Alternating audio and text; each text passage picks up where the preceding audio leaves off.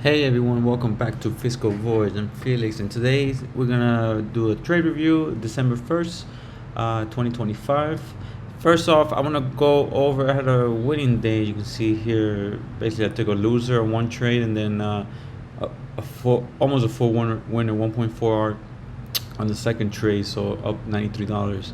But first, I want to go over what I missed on Wednesday. Wednesday was a beautiful day. So this here is obviously Thanksgiving or Black Friday.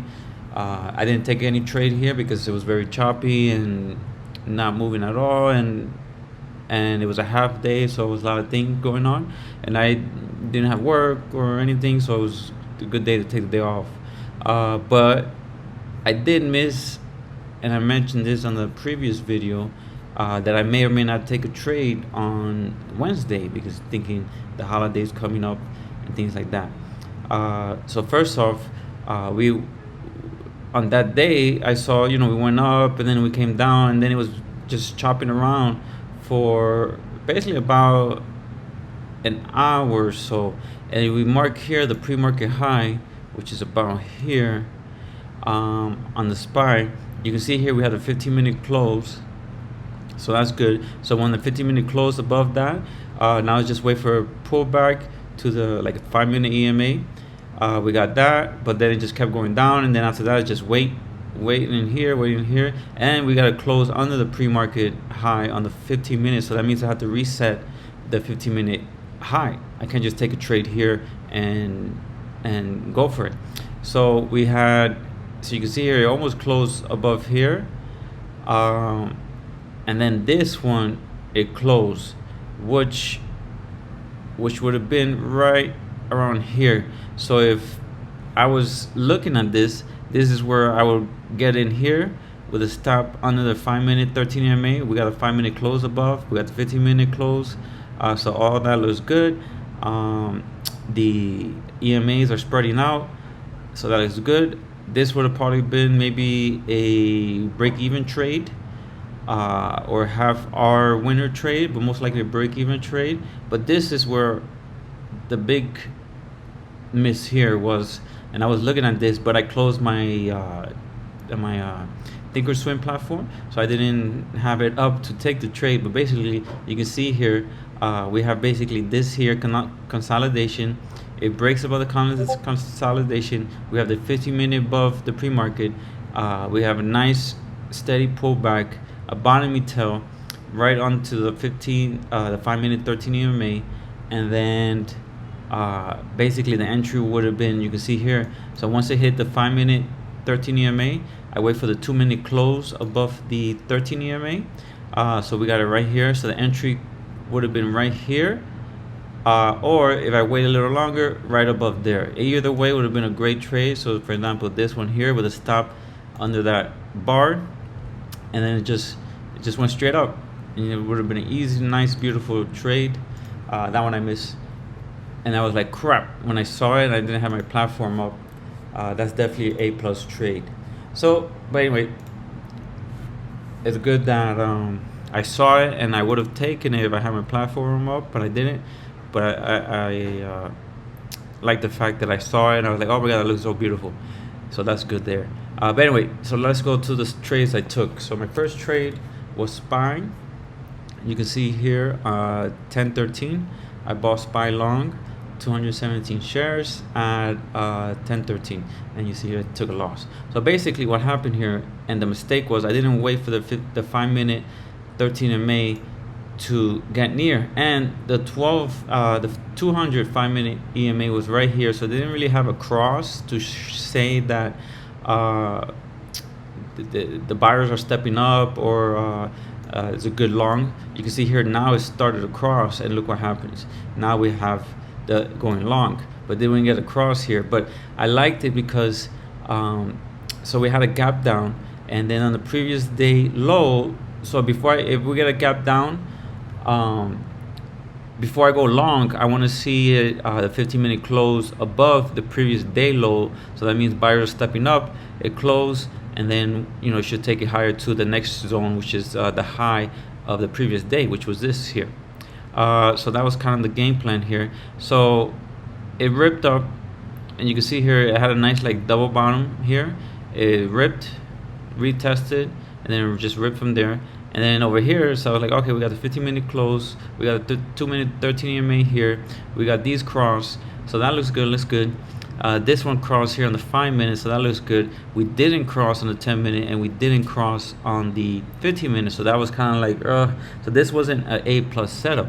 This was maybe a B or C, so that was kind of like my first mistake there, taking a B or C setup. What made this a B or C setup was because the 15-minute close above, we had the 2-minute here across on the 200 on the 13 EMA, so we were getting bottomy tail. So that's kind of like the reason why I was like, oh, this might go higher. So that's why the reason I decided to take it. But it definitely shouldn't have, because it was an A+. But anyway, if this would have been an A+, it would have gotten near, because you can see here at this time, which is the arrow, you can see how far the 5-minute EMA is from the bar. That's another reason why it's not A+.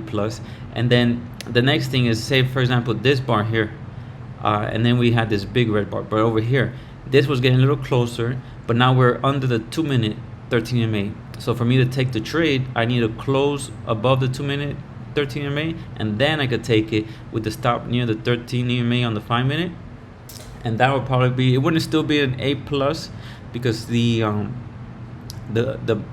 moving average didn't cross on the 15 or 10, but maybe it would have been a B type of trade. So that's kind of my mistake, and never learn. Again, this is why I do these journal daily. Make sure to hit the subscribe button for more videos like this. But and you can see here on the 10-minute, this is when it started across, and now that means the bulls are taking control. On the 15-minute over here cross, the bulls taking control, and see what happens once the 15-minute cross, 10-minute cross. We have the 5-minute in line, it crosses the 200, which is right here. The 2-minute looking good, so everything is looking long, right? So when everything looks long, you follow the trend and look for an entry, and the entry would have been, you can see here the 15-minute close here, so it would have been about right here, maybe right. Yeah, the 15-minute right here. So something maybe like entry here with a stop right there, more or less. And this would have been a nice half hour, maybe a 1 hour, 2 hour, or 1.5 hour trade. So that's kind of should have been the entry around here. And that's kind of what I did with the QQQ, and I'll show you shortly. So I took the stop here. So the entry was kind of like above this bar with the stop kind of like right here. And that was kind of like aiming a higher target, higher day would have been a break even, move my stop to break even, and then just continue ride it into the previous day high. That's kind of was the game plan there. But obviously, like I mentioned, not everything was in line with this trade. So you can see here, entered at 10:13, and then 10:21 stopped out, which was about 8-minute trade. So that was that. The QQQ, however, was a very nice trade. You can see here, kind of did the same thing with SPY. They both ran up, closed, the 15-minute close above the previous day low. So that looks good. The only reason I didn't take this one was because I looked at the SPY. So I took SPY. But you can see it didn't cross. It didn't cross on the 10 or the 10-minute or the 15-minute. It didn't cross on the 5-minute. It did cross on the 2-minute. So kind of the same story here. Then later in the day, we had this 10:48. We had this run up. So I'm like, okay, great. We got this big bar 15-minute close. It looks like it's gonna cross. This one already crossed. The 5-minute cross. So everything is looking long. So now just look for a pullback. So then we got this strong pullback into the 5-minute EMA. So now I'm waiting for it to close above the 2-minute 13 EMA. So we got the 5-minute here, and then I saw this here close under. So this is already kind of like I have to wait. So the 5-minute close under the 13 EMA, so now I have to wait. So we got this big bottoming tail, so that looks good. But then again, it's still under the 13 EMA. It didn't get under the 10-minute EMA, so that looks good, and the 15-minute EMA, so that looked good. So then So I'm looking at this bar here, close above the 2 minute. So I'm like, crap, but hopefully it doesn't just rip up and go without me. So because I have to wait for this to close. So once this closed, I got in right here, 11:26, and you can see here QQQ 11:25. So kind of like right there.